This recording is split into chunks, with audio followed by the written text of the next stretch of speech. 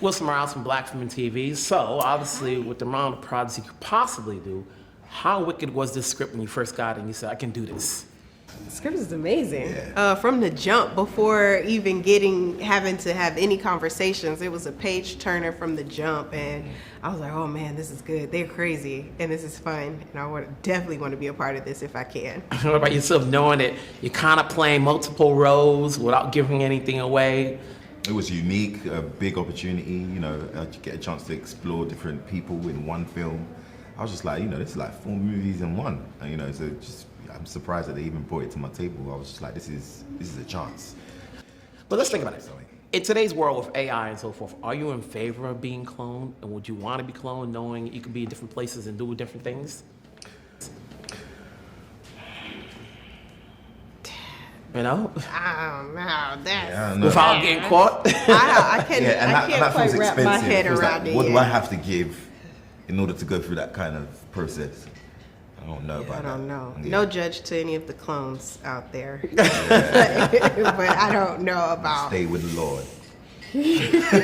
But there's a lot going in this film. Obviously, there's a lot of laughter, there's a lot of drama. You know, you're not necessarily comedians, but you know, there's some lines in there that makes you laugh. You know, do you consider yourself having funny bones when you do this type of movie? There were definitely moments on set where the funny bone was struck and there was no coming back. But if you have a legend like Jamie Foxx up here improvising different jokes and cracking on myself and Fontaine, like it's impossible not to laugh and then have moments where it's like, dang, we got to bring it back. We have got to bring it back and not be able to.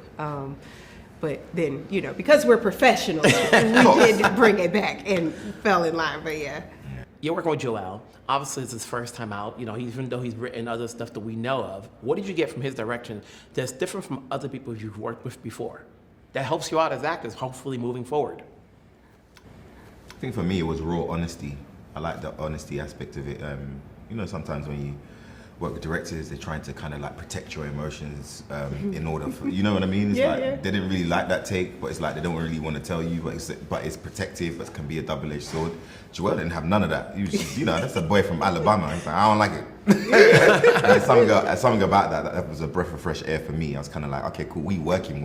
And it requires honesty and transparency. And I love that about it. How about yourself? Definitely some of the same. Just felt like, okay, he's got such a strong point of view and a strong vision.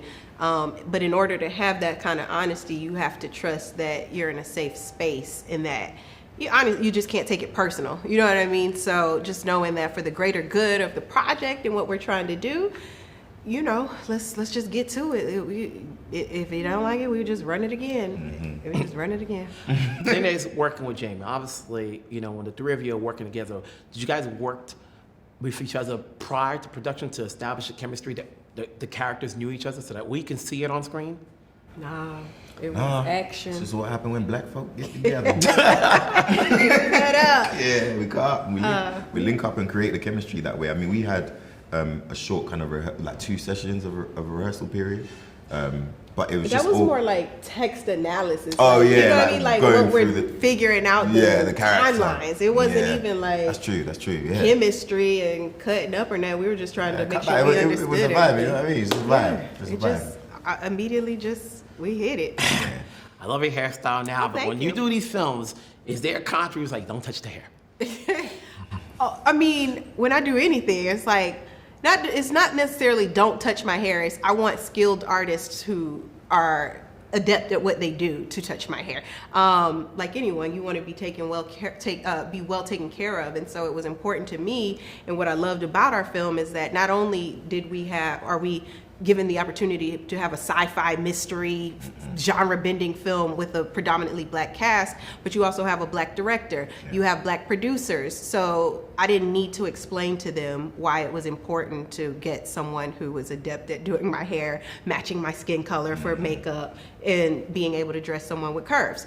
I didn't have to have those conversations, and so that also makes the experience much more enjoyable and just allows me to just be able to go in and do the work. Yeah.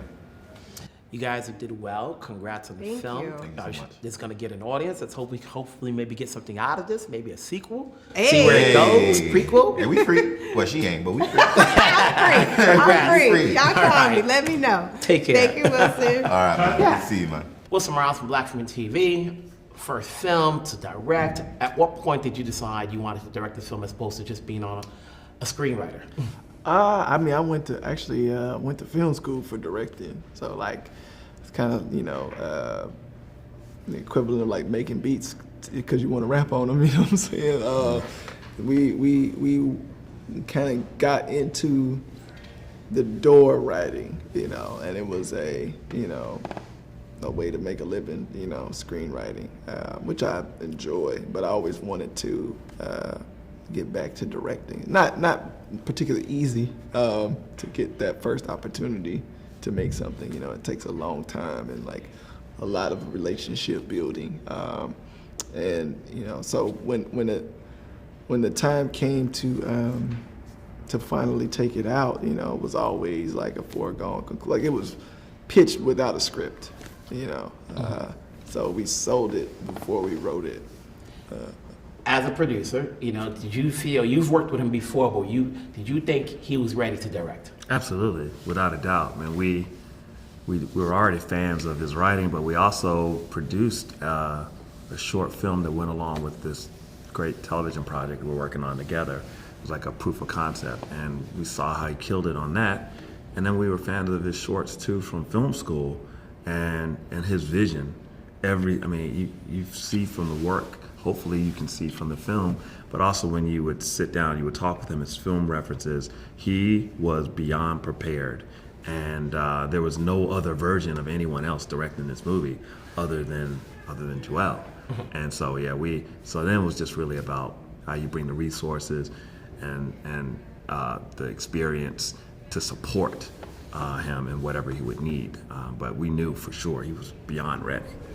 Did you have to tweak the script once you had Jamie and John and Teyonah on board, just to kind of work with some of their personalities that we've seen them in other projects?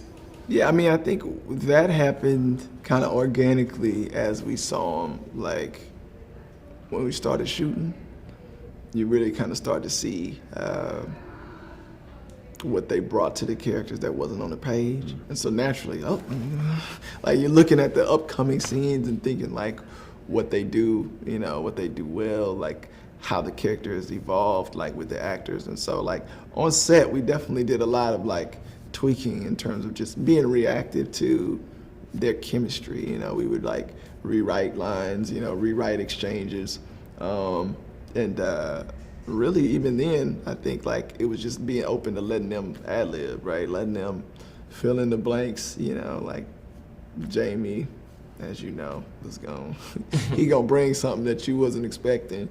Teyonah gonna bring something you wasn't expecting. John, his whole portrayal of the character was like much warmer and like, more humorous than he's written on the page. He's very stoic on the page, There's very little humor. Like there's moments of scripted humor, but usually he's the straight man playing off of, Slick Charles and Yo-Yo. And John, just by nature of who he is, there's a warmth to him, what I'm saying, where this is a very cold character who like, even in the beginning of the movie, there's some warmth to him, that I wasn't even expecting, seeing John. So it definitely made us, revisit scenes and like tweak stuff for sure. With the projects that you normally do, is this a risk for you to take, or is this something that's part of the system of what you want to produce? I would say I didn't find this was beyond not a risk. Brilliant vision for a thought-provoking, smart, fun film that touches on lots of genres.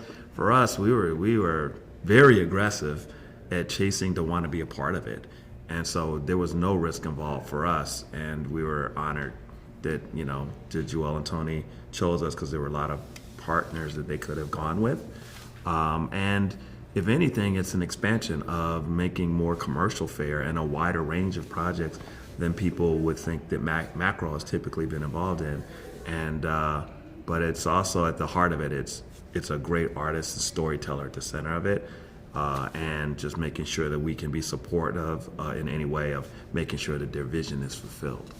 All right. Thanks. Yeah.